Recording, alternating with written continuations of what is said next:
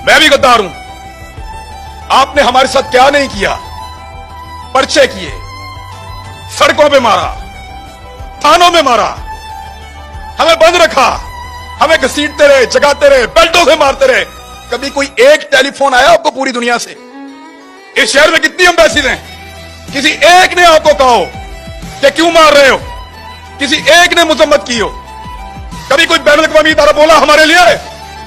नहीं बोला, नहीं बोलेगा, क्योंकि हम उनका एसेट नहीं हैं, हम तुम्हारा एसेट हैं। ना तुम्हारे लिए कोई बोलेगा, ना हमारे लिए कोई बोलेगा। हम हैं पाकिस्तान के सबसे बड़े मुजरिम, पकड़ो हमें, हमें बंद करो, तुम्हारा पेट्रोल सस्ता हो जाएगा। हमें बंद करो, बिजली सस्ती मिलेगी।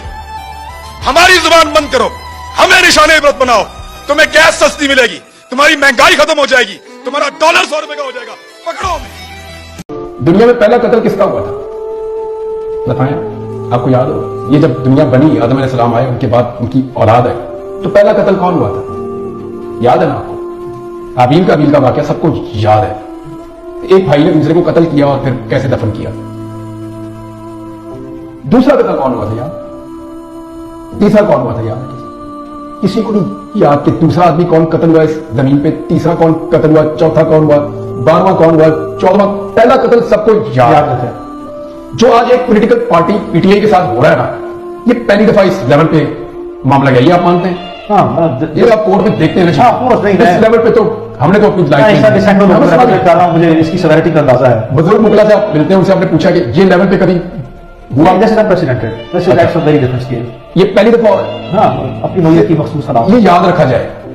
ये जिस चीज की तरफ दूसरी दफा होना है ना, किसी ने बॉदर भी नहीं करना, क्योंकि एक जगह पे एक पैटर्न सेट हो रहा है कि जी बेडरूम में भी घुसा जा सकता है, औरतों के ऊपर टॉर्चर भी हो सकता है, उनको घसीटा भी जा सकता है, उनको गालियां भी दी जा सकती है, उनको लंबे अरसे तक ज्यादा केसेस में गिरफ्तार भी करके रखा जाता है। ये एक पैटर्न सेट हो रहा है इस मुल्क में। जब ये नून लीग या पीपल पार्टी के साथ होगा ना, तो ये दूसरी दफा होगा।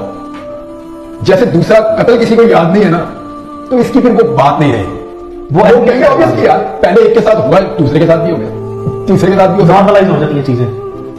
ये उनके लिए सोचने की और फिक्र करने की बात है कि क्या सिर्फ एक इलेक्शन जीतने के लिए वो अपनी पूरी की पूरी एक पॉलिटिकल फ्यूचर को कॉम्प्रोमाइज कर रहे हैं। एक कॉम्प्रोमाइज कर रहे हैं। तो आसान लफ्ज़ों में ये है कि पूरा का पूरा पॉलिटिकल फ्यूचर आने वाली जनरेशन के लिए भी मुश्किल बना रहे हैं कि ये सब हो सकता है भैया, गेट रेडी फॉर दिस, क्योंकि ये हो चुका है। पहली दफा ये चीज मुश्किल लगती है ना, जब रजिस्टर्ड होती है। इनके साथ हो रहा है तो रजिस्टर्ड हो रहा है कि जी बच्चों वाली माओ को भी अलग किया जा सकता है, औरतों पे एक वक्त में ज्यादा मुकदमे भी बन सकते हैं, उनको घसीटा भी जा सकता है, उनको तशद्दुद भी किया जा सकता है, उन्हें लंबे लंबे अरसे तक ऐसे हालात में भी रखा जा सकता है। तो ये पहली दफा हो रहा है तो रजिस्टर्ड हो रहा है, दूसरी दफा नहीं होना।